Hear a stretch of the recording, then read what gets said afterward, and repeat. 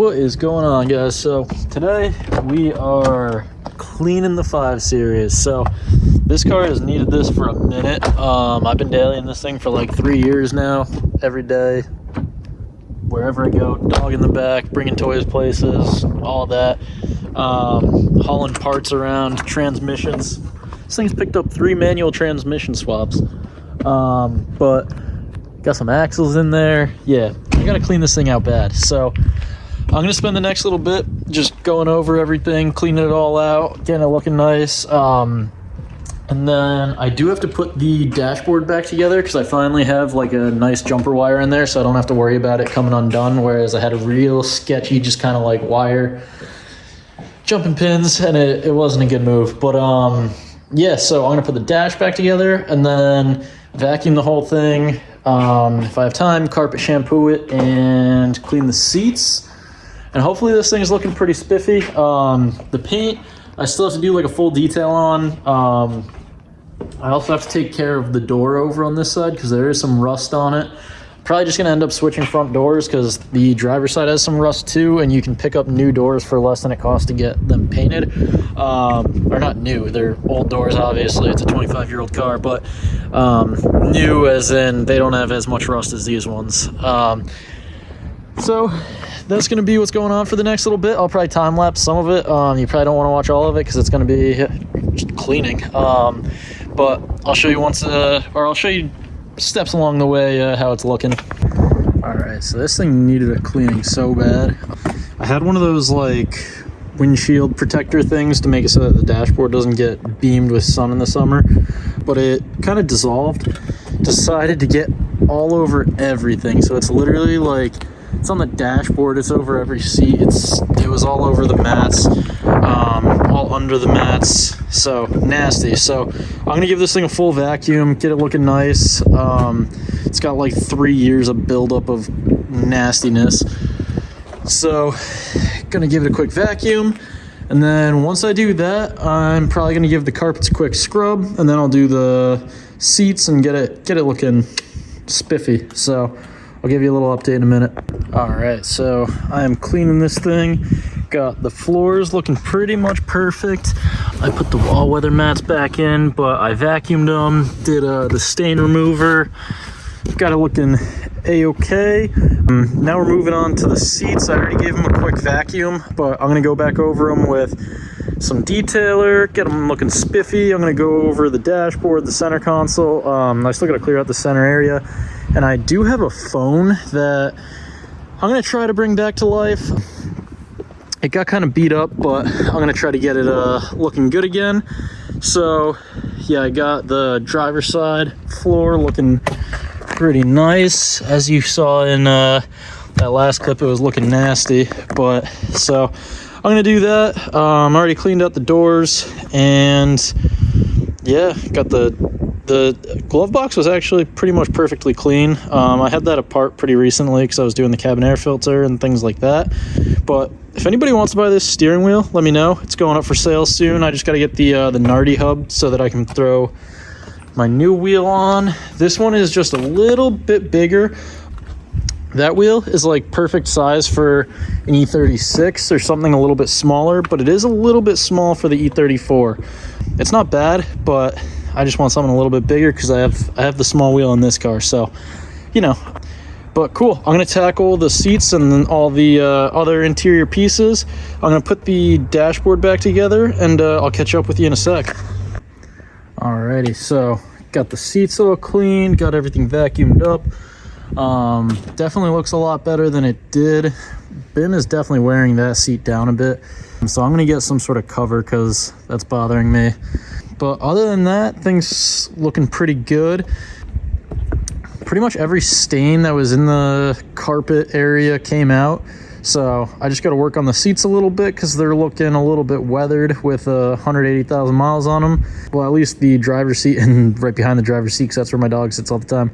But gonna do that up, and yeah.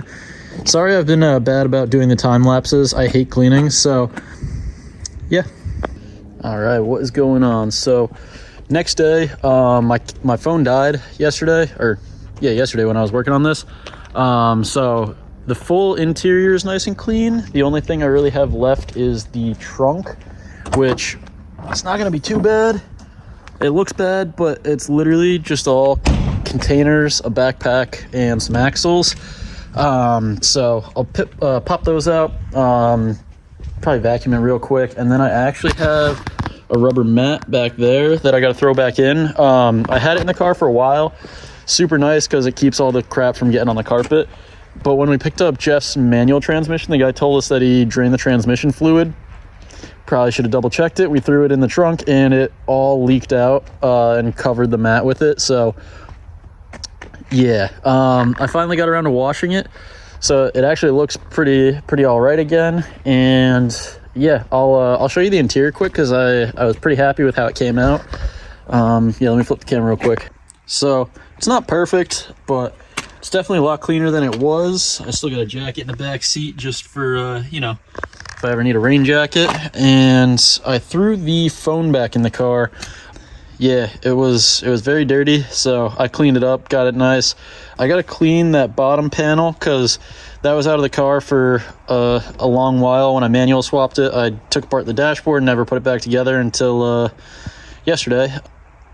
So there's a couple little oil marks on it and different things like that, but came out pretty good. I got to throw my Nardi in because this wheel is super nice. It's a 4-spoke, the other one's a 3-spoke. I kind of like the 4 just because you can like rest your hand a little bit nicer down. The only problem is that the NRG and the Nardi have different bolt patterns, so I got to get a different hub. And then that NRG is probably going to be for sale because I'm not the hugest NRG fan. I'll probably sell it pretty cheap because they're not the best known wheels, but happy to be getting rid of that, putting in the Nardi, and I'm going to get to work on cleaning up the trunk, and I'll catch up with you in a sec. All right, guys, so we're making progress. Got the trunk cleaned out. I already put the rubber mat in. I probably should have sprayed it down with a little bit of cleaner, made it nice and shiny black, but it's the trunk. It really doesn't matter. I just got to throw a couple backpacks back in because I always like to keep a backpack or two in the trunk in case whatever happens. One's got tools in it, one's got, I think, a bathing suit and a pair of shorts in it, so ready for anything. But I'm going to put this back together. Going to be done with this for today.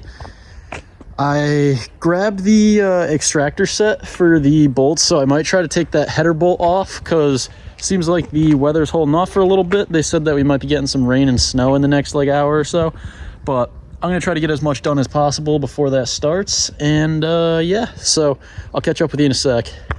Also, I've brought this up before in my videos, but always keep a fire extinguisher in your car. So in this car, I actually keep 2. I got one in the trunk, and then I got one chilling up here. I keep it just in a slipper because I didn't want to drill into the nice carpet and mess that up with a mount. So I just keep it in the slipper so it doesn't roll around. I know that one is probably good, but I never want to run into the situation, if it ever did happen, where I go to use one, doesn't work, or it doesn't put it out. So keep a backup in the trunk. So yeah, that's all I wanted to catch up on before getting to work on the 318. But yeah, alrighty, so 5 Series is fully cleaned. Now we're on to the 318. These are what I was talking about the other day. So they kind of look like they're a flower almost. They got like razor edges and they go into a stripped bolt. So the last bolt all the way on the back of the manifold is the one that stripped. I think it was already stripped when I went to do it because honestly the 10mm never sat on it like right. It just kind of spun the whole time. So I think what happened was someone probably tried to do this before. That happened and they gave up.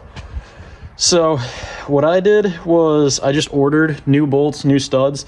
I think those are going to be here, let's see, what's today, Friday, so probably tomorrow or Monday.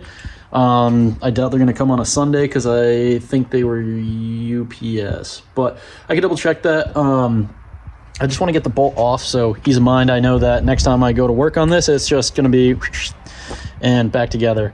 Once I do finish the exhaust manifold, that's pretty much going to be a wrap on this car until I get the rear subframe mounts. I'm probably not even really going to drive it at all until I do that because right now Oh, actually the axles are in the trunk, but I have the axles out of the car. Thing's pretty much just a garden gnome with a running motor. So I'm going to get to work on this, see if these get it out. If not, then I'm going to have to think of a plan B.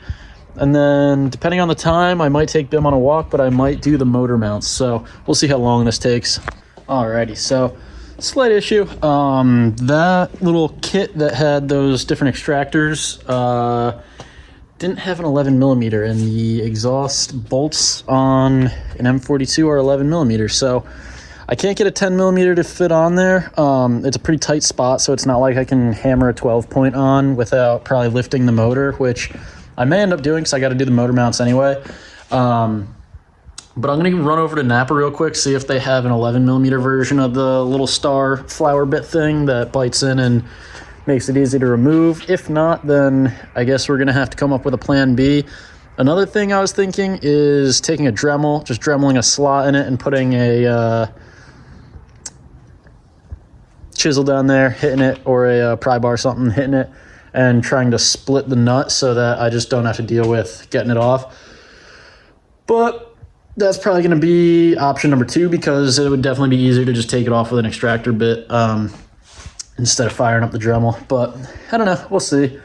All right, so just ran to good old Harbor Freight, got an extractor set because all mine were 10 mil and bigger.